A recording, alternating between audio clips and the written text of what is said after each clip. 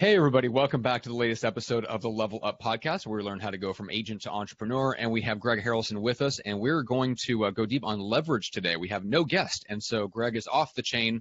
We're talking about whatever we feel like talking about, but we've been kind of bouncing around the idea of leverage for a while, and we've alluded to it. And Greg, you've talked about it a little bit in this sense, but just very, scratching your pinky nail on the surface of what we could get into. And you have a very kind of a unique perspective on leverage, especially as you kind of move up the entrepreneurial ladder and get busier and your businesses get bigger, and a very, very different way of looking at leverage that I really like. And so we want to go deeper into that. So first of all, welcome and thanks for taking the time today. Yeah, well, good. I'm glad we have the chance to kind of do a deep dive on a specific subject, especially leverage. Because if you think about real estate and the trends of building teams or companies and trying to scale, a lot of these things, team building, expansion, scaling, all of it occurs through leverage. Now, of course, that maybe I'm making it too simple and saying it's only leverage, but the reality is leverage is very significant in pulling off all these things. Mhm. So it's a conversation, that I think's worthy of having. Yeah, yeah, and I know I have looked at leverage this way, so I'll throw out the kind of the conventional view of leverage that we come Yep. into, which that's hard enough of a mental shift to make. But I feel like the way that you look at leverage is whether you could say another layer, or maybe just is involved in the level up, the mentally leveling up process. So here's, I think, where most people are at. We think of leverage in terms of, okay, I've been doing everything. Now let's get Yeah. other people involved in doing things. And so maybe they take some really good practical advice. There's actually there's a great section of the book Scale where he talks about just listing out everything you do and sorting it out into A, B, C, and D priorities. And let's figure out how to get, delete, delegate, or whatever, all the stuff that's Mhm. in the D category. Very, very simple stuff. And I think that's the way that most people look at leverage is how can I stop doing things?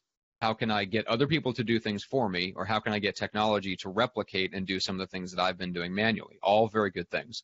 But as you move up the entrepreneurial ladder, what needs to shift in how we look at leverage?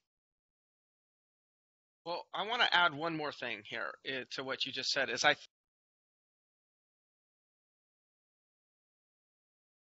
or another desire that they have that in the context of leverage is I want to leverage other people to do the things that I actually don't want to do. Yeah. And now most people don't say that, right? They don't say, well, I don't want to prospect, so I'm going to leverage somebody to prospect. They usually don't say that. They say, well, I want to scale, and for me to scale, I'm going to have to leverage people, and I'll get people to prospect. But the challenge is a lot of times the things that people are trying to leverage in others are things that they just don't want to do. Now, if you're the other person, how many people want to be leveraged by someone that's just given them all the stuff that they hate doing?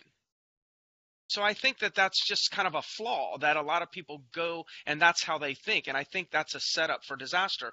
But my little twist on leverage is this, and I understand leveraging others, but I think there's something way more important than leveraging others, and that's having others leverage you. So if you look at the company that I've built, whether it's a coaching model, that's how I would explain it. Some people may explain it a little bit differently. But what I've done is I've done some things over my career. Maybe I got pretty good at prospecting. Maybe I learned my scripts pretty good. Maybe I, got pretty damn good at listing properties, selling a lot of properties. And then what I did is I had people come into my company. I attracted people into my company. And instead of thinking, how can I leverage John Doe? I was thinking, how could John Doe leverage me? So Mhm. then when I bring this new talent who's not even licensed, is just getting licensed into the business, I'm thinking, how can this new licensee leverage me? What is it about me that is leverageable?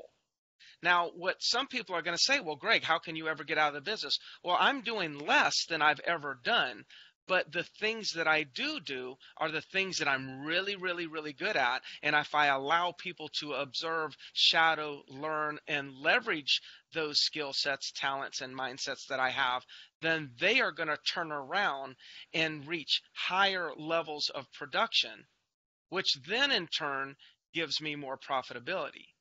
So Yeah. I can leverage one person to do some things that I don't want to do. Or I can be somebody that's highly skilled, allow others to leverage me.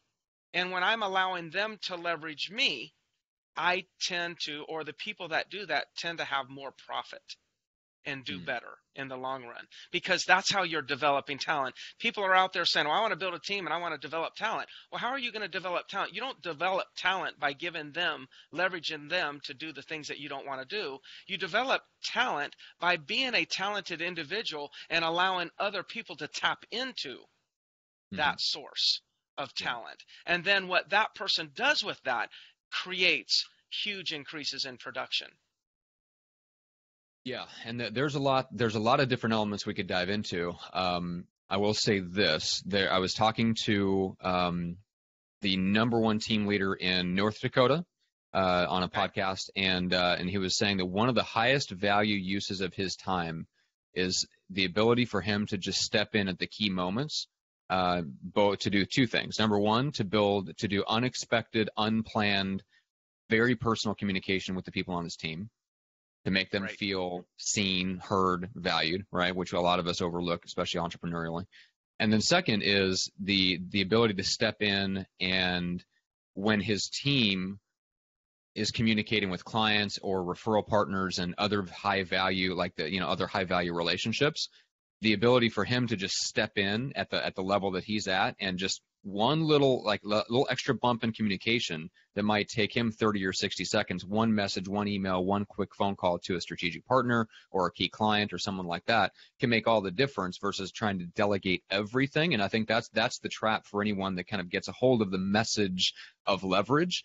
Is a lot of times, of course, the pendulum swings too far, right? And we think, Yes. great, Yeah. I'm gonna delegate everything, not realizing that within everything that we delegate, there's that ABCD, there's that magic 1% where we can do something that doesn't take us a lot of time, and we're really good at it, and it can absolutely magnify the results of whatever that other person is doing for us. I mean, it can double, triple, quadruple the results that they get just by us retaining that little 1% to do something, to step into the process at key times and do what we're best at. And I think that's what you're really good at, is you've recognized what that 1% is, and you try to spend as much of your time as possible during the day in that 1%, which is extremely Yes. difficult, but that's why you've built what you built.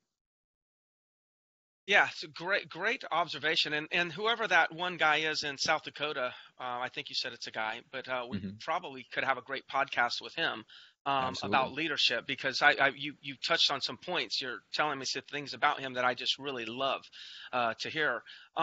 Yeah, so I look at it this way, and to speak on some of the things and piggyback on some of the things you said is, I have to take a really good look at myself and say, okay, I'm probably bad at some things. I'm probably okay at some things. I'm probably good at some things. And I might be really good at some things. And I'm probably the best at one or two things. So what I'm going to do is, the things that I'm not so good at, I need to find somebody to leverage. I need to leverage somebody on the things that, not that I don't want to do them, I need to leverage somebody on the things that I'm not that good at. Because Mm-hmm. leveraging them is me being a smart leader. That is, hiring somebody who's smarter than me in that discipline. And the things that I'm good at, I should probably leverage, because I shouldn't have good, should not be a standard in the company. Great should be a standard. So if I'm good at it, I need to hire somebody and leverage them because they're great at it. So I'm improving, I'm adding to the company. They're bringing something to me. I'm leveraging them, but I'm choosing what to leverage based on the things that maybe I'm not the best at. And I'm not going to say that I'm the best at everything, but I surely will make a public statement and say, I am damn good at generating business of any kind. You have a generating conversation with me, and I know how to make it happen. You want to have a conversion conversation with me. You want to know how to close a deal, handle an objection. What scripts you need to use. I feel like I can stand up on stage with the best of them. Maybe there's equal and better than me, but I am really confident in those areas. So Mm-hmm. those are the areas that I do not leverage others to do in my company. Yeah. Those are the areas that I'm going to make sure that I am allowing other people to leverage me. in that particular topic. Look who joined. Did you see that? Did you Yeah, see, Matt? Did you see yeah, Bernie? I kicked him off. We'll have to cut him off. Okay, We'll good. get him Okay. back on. We'll cut this part Well, out. But yeah, I noticed he dropped in there.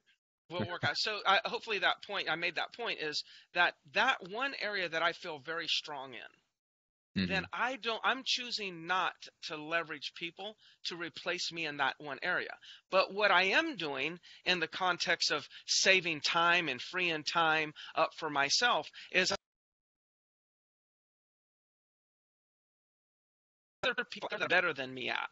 So I'm going to leverage them because they're better than me at those things, not because I don't want to do it. Now, what it looks like, as you are talking about when somebody says, hey, I got a minute, sometimes it's good as a leader to be there for those that and answer some of those random, I got a minute questions. Well, Hmm. one way that I let people leverage, and this would be a tangible example, is when I'm in my training center, in Myrtle Beach, and somebody comes up and asks me a question, say it's a newer agent, and they want to ask me a question on how to, how can I handle this objection better? Then I'll look around the room and I'll see other agents in the room and I'll say, hey, John, hey, Jay, hey, Jill, come over here. I'm getting ready to answer Jason's question, but while I answer this question, I'd love for you to observe it too. Now what I'm doing is I'm taking that 5 minutes I'm going to spend with that one agent and I'm multiplying it by 4 or 5 times because I'm going to actually train 5 people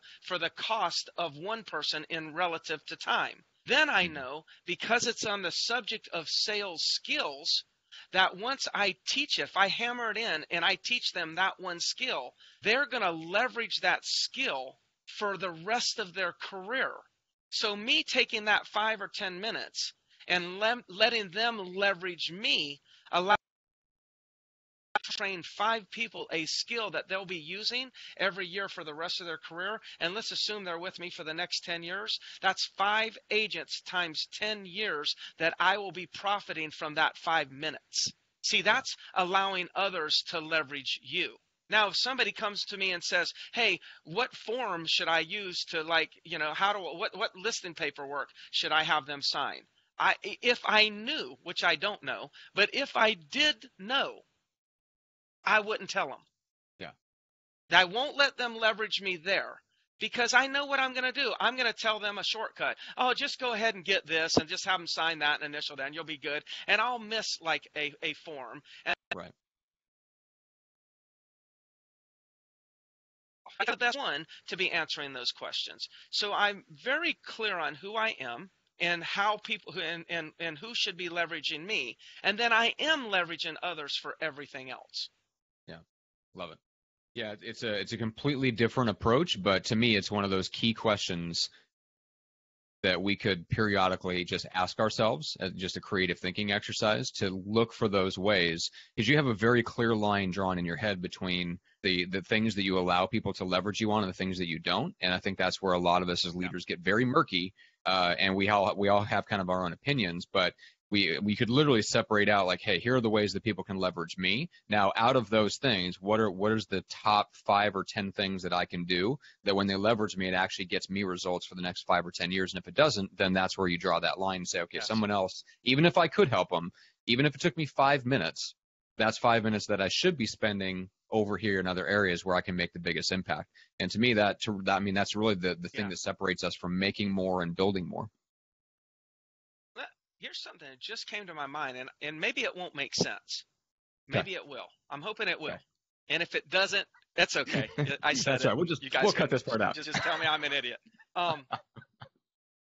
What just flashed through my mind is this.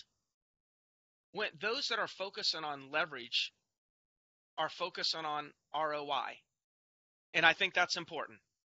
Mm-hmm. But those that are focused on being leveraged on RT, return on time. And yeah, say that again. Say that again. Okay. So people, when you're focusing about leveraging others, you're focusing on return on your investment and ROI. When you're focusing and thinking about being leveraged by others, then that's when your attention is on ROT, which is return of time. You see, when I talked about being in that room and this one agent asked that question, I immediately said, it's going to take me about 5 minutes, look around the room, find 5 other people or 4 other people. Now I got 5 people that are going to hear me answer that question. So my time that I had to invest was 5 minutes. But my return on that time was whatever they profit from that 5-minute investment over the next 10 years times 5 people, which will end up being more profit, more of a return than if I'm always focusing on ROI. So I think this whole concept of leverage versus being leveraged has a lot more to do in my personal mind as ROI and ROT. Now, I focus on both of those as a business person, but in talking about the concept of being leveraged, that is an ROT concept, not an ROI concept. Gotcha. Yeah, that makes total sense. Yeah, and it's I think that's where people can hopefully that will help drive the point home of why ask that question and then what do you do with it. And yeah, I think you're exactly right. That is where that fits in, and it's difficult to keep in mind. And I don't quite know, I guess, what my mechanism is for helping me to change that mindset. I've been thinking about it more since you and I have been working together. I think about return on time a lot more than I used to. But it is something where I'm still working on the structure of how do I periodically and systematically review my schedule and my behavior to make sure that that's actually aligning with what I'm coming to believe about return on time and being leveraged, right? Because intellectually, like I've made the shift. But in terms of actually emotionally and psychologically, so it affects my behavior and that becomes an expression of who I am. It hasn't sunk down at that level yet. And so I think there's something to be said there for just forcing ourselves to revisit that idea on a regular basis, even if it has to be a calendar reminder, literally to sit down for a half hour once a month and say, okay, how is my schedule expressing the value of return on time? And once I set that schedule, am I honoring those time blocks? And is there, because the tactical example you gave, I think that's where a lot of people would struggle initially, is because that's an expression of who you are at this point. It really is like ingrained in you. So for anybody, I think, who's starting on that journey to making that mindset a part of who they are, I think we have to intentionally remind ourselves to revisit that and ask ourselves that key question: how can I be leveraged? And what am I doing to get better return on time, not just return on investment? And actually reminding ourselves to revisit that actively and intentionally, like on a regular basis. That's my personal opinion, on how to change the mindset. Yeah, I think that's good. And I'll just give you one more maybe tidbit on that, at least how I process is, I get opportunities that come to me often, whether it be buying a property or starting a business or investing in a business and whatnot. And I'm always looking at what's my return on time. And there are times where I'll have an opportunity where I'll just put a random number out there that if I did this, I could make $200,000 a year. Okay, but if I did that, it would take X amount of time.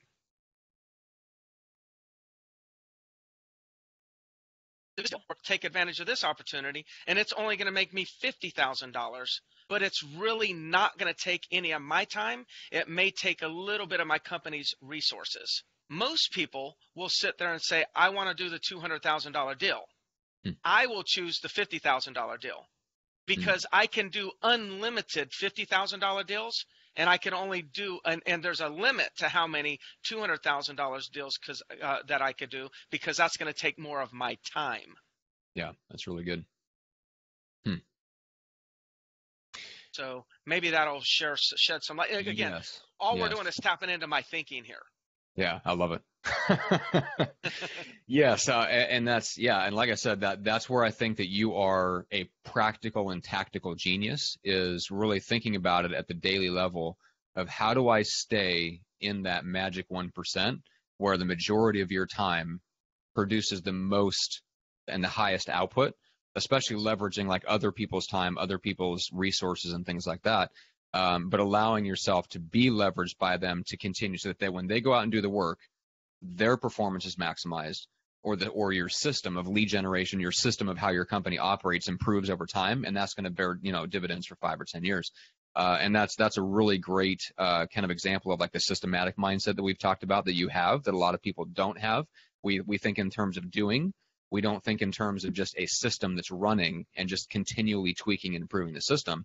And a lot of times our highest return on time is just to keep on improving the system, because the system will generate results for 5, 10, 15, 20 years, as opposed to something that takes our time, which might produce a short-term profit that looks bigger on paper, but doesn't continue to produce results.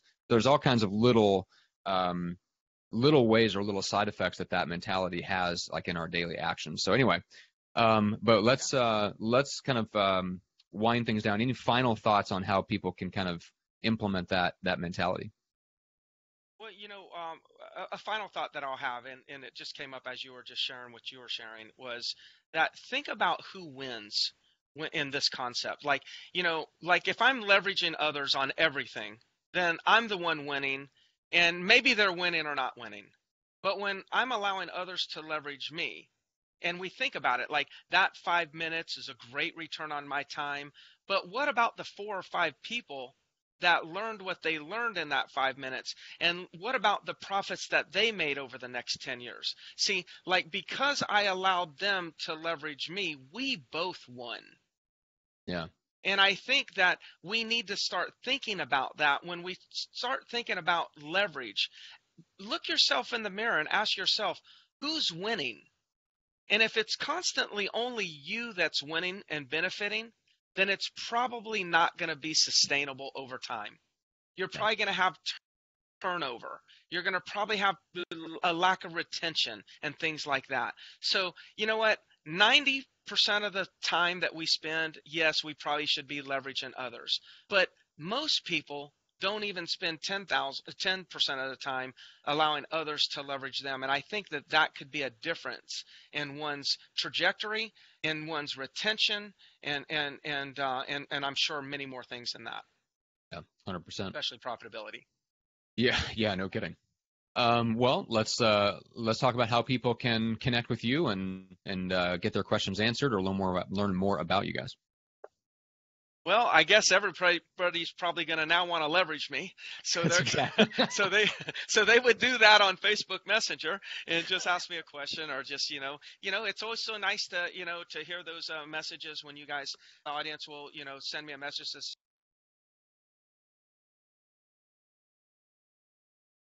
Not all that stuff is appreciated for sure. So Facebook Messenger is the best place to reach out to me. Cool. And then if you guys take a look at the show notes, there's a link there. If anybody's ever wondered where Greg gets his data that his entire team relies and runs on, there's a link in the show notes where you can learn more about that, and Cole Realty Resources, which is where Greg gets his data. So you can, just wanted to make mention of that. As always, make sure to subscribe, rate, and review the podcast, whether that's on Apple Podcasts or Stitcher, wherever you like to listen to podcasts. If you want the video version of this, it's all on YouTube. Just search for the Level Up Podcast. So we appreciate everybody listening and watching and interacting. And normally we're here on Facebook Live. This one we recorded behind the scenes, but typically we're live Wednesdays at 1 p.m. Eastern. And so if you are free around that time, if you've done your prospecting in the morning and you're doing some follow-ups and some paperwork around that time, make sure to flip on Facebook and learn while you do some paperwork, if that's the case. 1 o'clock Eastern on Wednesdays. So with that said, Greg, I appreciate the time as always. I know you have some in-person guests to get back to, so we appreciate you taking it out. And thanks so much. All right. Thank you.